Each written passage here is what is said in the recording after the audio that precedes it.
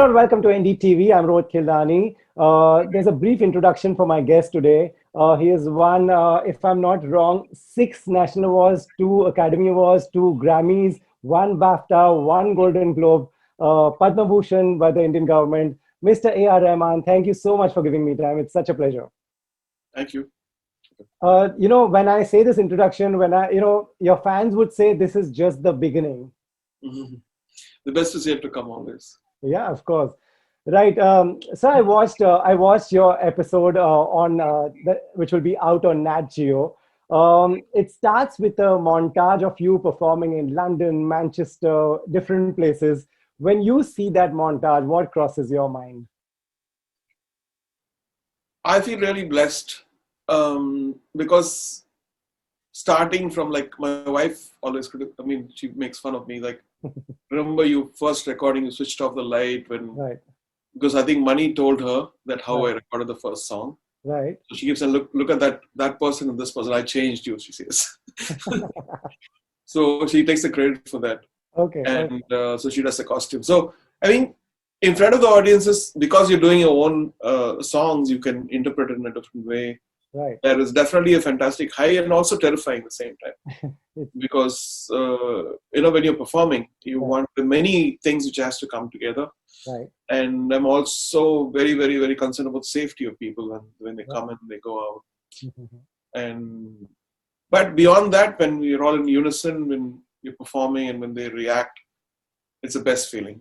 Because people who are performing with me, my artists, my musicians, and even for them, when we rehearse, it's like really dead. We're tired, we're checking the mic and we're checking the tempo and choreography and everything. But it all comes alive when you see the real people out there. Right. Just bought the tickets, spending their time with us. Right. Yeah, we saw the euphoria in that. Each one of those was so electrifying. So that must be some experience. The best part about the Mega Icons episode is it shows the person behind the maestro. So I'm going to go through some of that if you don't mind. Starting with your childhood. Your sister in this episode talks about you sitting and learning from your father. What is your memory from those days? My memory, I don't actually remember anything because my memory is only seeing him suffer in the hospitals. Right. Those three years. But the aura which surrounded him as a good human being, musician, which haunted me for the next 7 years when I was playing in the studios. Right. People talking about him, good things constantly. That actually probably set the foundation for my character. Of course, yeah. Like, what my father did, what he bought, and how he introduced new people, and he brought a lot of instruments. And I think I just took that a little bit more further. That's it. He really wanted you to take it ahead. Unfortunately, he passed away in 1978. Life changed immediately after that. You were working in studios, you were setting up equipment. Mr. Bharatwala talks about taking you on a scooter.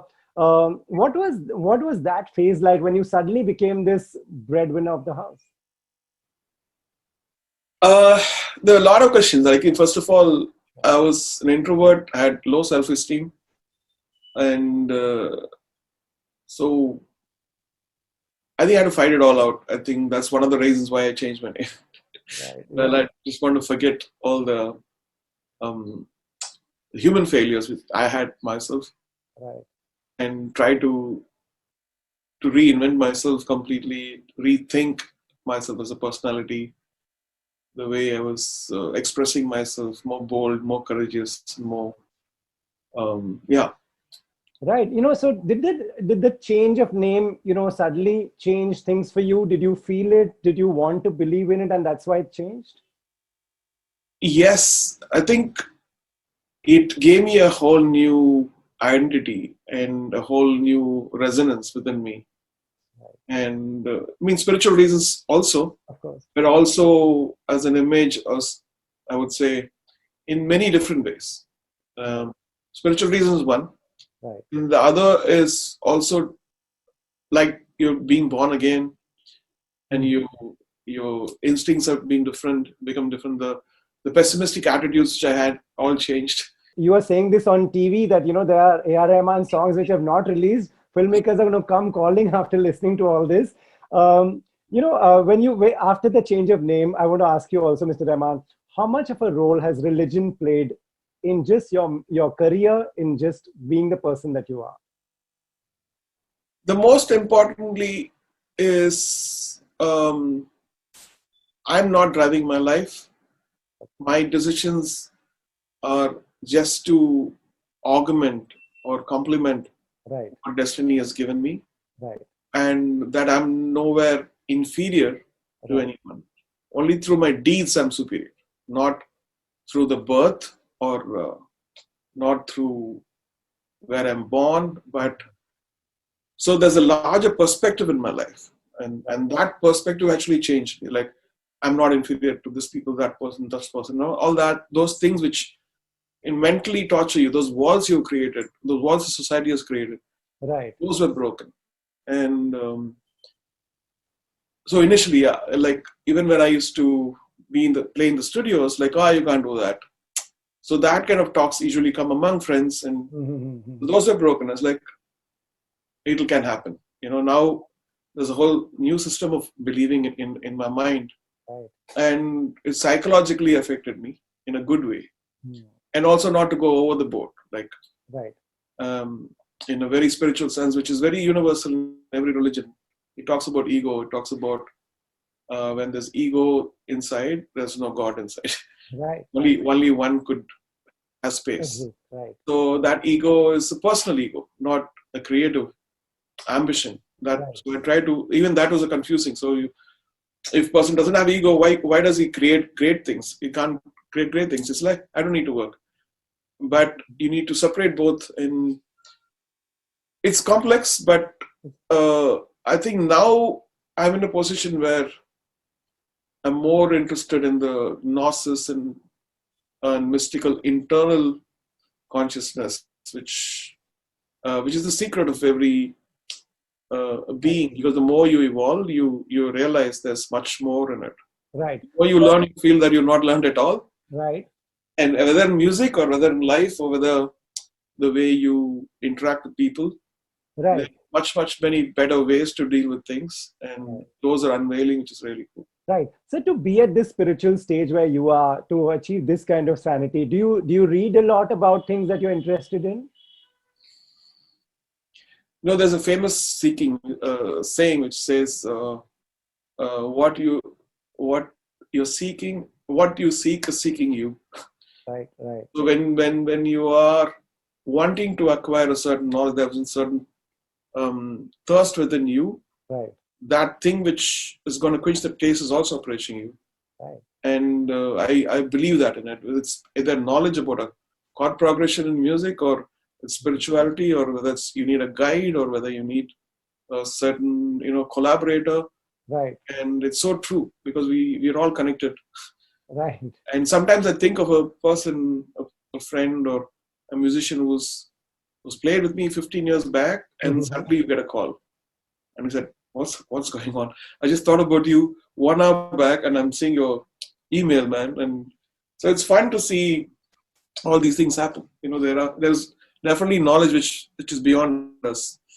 It's fascinating to learn that. Right. So for the people who know you from back in the days, when they meet you now, do you all ever chat about those days? When you all were setting up equipment and when you all were doing other things, you had a band at the age of 13. Yeah, I think one of my band members, Kumari, passed away, and another member, along with Shivamani, Jojo and John Anthony also passed away. Okay. Shivamani is here, and Shivamani actually is the earliest one I met, because I know him from the age of 13. Wow. And so he shares probably every part of my life. Lovely. Right. He's been a collaborator and a friend, and even now we speak. Right, and both of you are such geniuses in your own space. I have to go back and talk about your music. What was that band at the age of 13? What music did you make? those are mainly film songs, like Mera Naam Joker and Ilayaraja songs. And Right. so I was actually first started playing on TV Right. on a show called Wonder Balloon on National Network. Right. And that took a next step. And then people started coming, when all the mandirs have, they have festivals. Right. And so we used to do light music festivals. Okay. And so in every corner of the road near Mylapore Right. or, in special places, so we used to rent out equipment. Yeah. And so that used to happen before. And then they suddenly said, why don't you come and do the show? Right. So I would perform with my band, just smaller band. Wow. And that happened. And then post that was leaving school and joining, Right. doing it. Right. When you started making this amazing music that we all still listen to, I also saw in this episode that you talk about breaking a lot of barriers. At that time, someone would say, okay, tabla is not supposed to be played like that. Fusion can't be a mix of so many things. Were there many detractors who would say, okay, you can't mix these two things? They were, but my boss was Mani Ratnam, so he was more like a collaborator. Right. So he didn't care. I said, this is what people are saying. I said, don't care about them. I like it, you like it. So just ignore them. He would. So whenever I used to get confused by these people talking, I would Right. ask him, like, what do you think? Everybody's like scaring me. Like, sounds good, just don't worry. I could have covered all your music, but we don't have that much time. So I will cover something that really I liked also, and all your fans have. If I take you back to making music for Roja, Roja was something that was sensational. It everybody was buying cassettes and CDs. Do you have any memory of making that music? Yes, it's just, yeah, I can never forget every song. We were just having fun. We were, all the stuff which I learned before on other albums, which I was creating for other artists. Right. This one was a piece of cake because the moment when we got the green signal, when I got the green signal from Mani Ratnam saying that go ahead and do Right. music, so I was just making tunes, I was making ideas, and I would send him on the tape in cassette tapes to his house, and he would listen to it and get back. So I had not accepted anything. I didn't have enough money for petrol for my car, so I couldn't go out.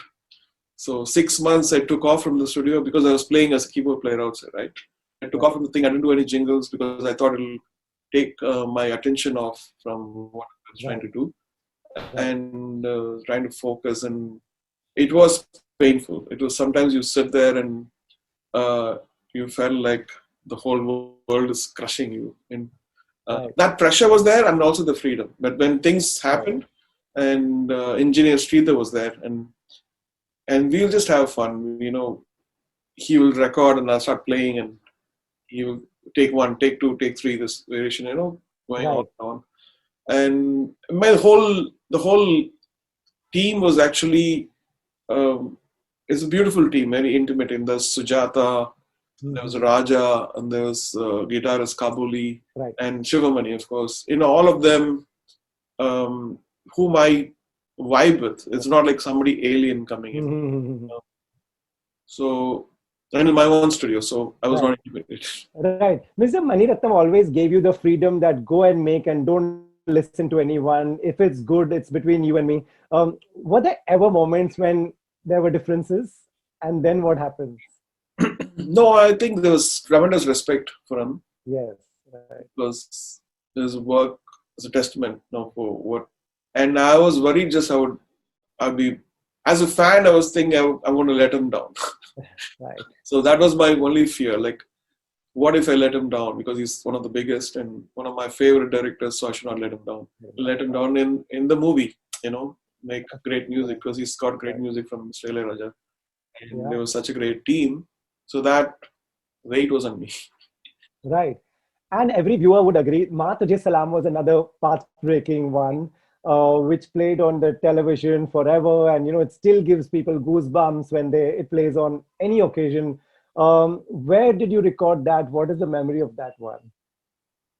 You all know about Bharat Bala and Kanika and my friendship with them, because before Roja, I was we were working together for commercials. Mm-hmm. I'd do the music, they would produce. Right. And he was also my schoolmate. Mm-hmm. So when I didn't meet them after Roja, because it'd been like a very Right. small circle of directors and my work was intense. So Okay. I couldn't meet my friends. There was so much of pressure, fame, and a lot of things happened. The first 5 years, no marriage and this and that, Hindi, and things opened up. Right. So 96, I think, is when I met him after an award ceremony, and we caught up. We were talking, Right. and before Roja, we were planning to do something, a private song, Mm-hmm. and so those ideas came up. Why don't we do something like this? Right. I think it was Destiny. Sony Music Yeah. came to India for the first time, Right. and India's 50th year of independence. Strange, right? Mm-hmm. It's a great culmination. How things fall in place. Yeah. So everything fell into place, and I still can't think that we pulled it off in such a short time. I think Right. 3 to 4 months we finished the whole album. Right. We went to London, recorded. We went to Pakistan, recorded Nusrat Saab, Right. and yeah. So then it became. I think it was one of the first albums to be bought by Sony International all over the world. Right. So when I went to France the next year, I was popular already. So those videos were popular, I believe. So Right. a lot of things happened. Right. And then, also came Slumdog Millionaire, which where we all were watching the Academy Awards, and we were so proud when you were standing there and with those trophies. You also performing. What was that initially? Because you also performing. What was that? Was that a haze now in your memory? It just went off quickly. What do you remember from that day? Yeah, I think it's the whole trip. It was those 4 months of initially going for those promotions, nominations, and then the real thing happening. Yeah. So it was not just a sudden one day thing, So a lot of things build up to that. Yeah. Even when I think now I'm standing on the stage, I think I get nervous that how did I speak that, and how did it came, from where did it come? It's amazing to see all this stuff. Right. But one thing which bothered me, like probably I should have that momentum which the music got, the movie got. I think we missed on cashing on it. Like probably building a whole Indian band which could perform all over the world. Many ideas which I had, I couldn't execute. And why is because that whole fever of India was there for at least 3-4 years. Yeah. Yeah. Why do you think that happened? Because not everybody can do everything. Right. I think it should have been a lot of people should have ganged up and they should have done that. That whole fever of that movie and that aura, and it will come again. I'm just saying. Yeah. Right. It was a great momentum which we missed. What do you see? When you meet these world legends, which you are also one, what do you see in them? Is there something in common? The passion for music, the love for it? No, I like the way they express their thoughts in music. I like the way they stand for. I mean, more than the music, what they stand for. Yeah. For justice. So that's what I admire in you two, and the commitment for minute details and respect for music and respect for co-musicians. Right. And my daughters are a part of it, Khadija and Raima. Right. Yeah. So they were just almost first time on stage. I think almost first time on stage. Yeah. They were respected like superstars, and I was like admiring the way they were. Everybody was talking about them. Yeah. Everybody. Yeah. So it was great. It was very gratifying. Yeah. I just have two more questions. One is that, even when you were getting the Oscars, you dedicated to your mother and you spoke about her. Of course, everybody's mother plays a huge role in their life and their career. For the viewers who are listening, what do you want to tell them about your mom? My mom or any mom, I will say, I think next to God, I feel like parents are the biggest asset we have. And it's not just because they brought us up. There's a spiritual connection. Right. Because we are a part of them. They produced and created. And so there is something which is unknown bond which is there. And we need to respect that. I know it's very old and boring, but this not at all, sir. Yeah. This is a fact. And then my mother is the same way. I think she, other than just the spiritual connection of being a mother, she guided me in my life. And she was financially helped me to build my studio. She sold all the jewels and all the stuff, and she believed, like, almost went to nothing to get all my things. So I respect her, and the humiliation which has gone in her life, and still how strong she was for her kids. All those things are definitely a testament for how great she is. She's now she's bedridden, but nurse is taking care of her, but still she talks and smiles. So it's Right. nice. And you have made her so proud. The world is out I there. don't know about that. Everybody can see that, sir. My last question is, what does A.R. Rahman listen to? When you have an off day, when you have some time, what would you listen to? I listen to playlists now. Like, I like jazz, I like classical music, I like Indian classical music. Right. And mostly I like to listen to deeper songs, which Right. are, and your mind doesn't listen to music like music, unfortunately. Right.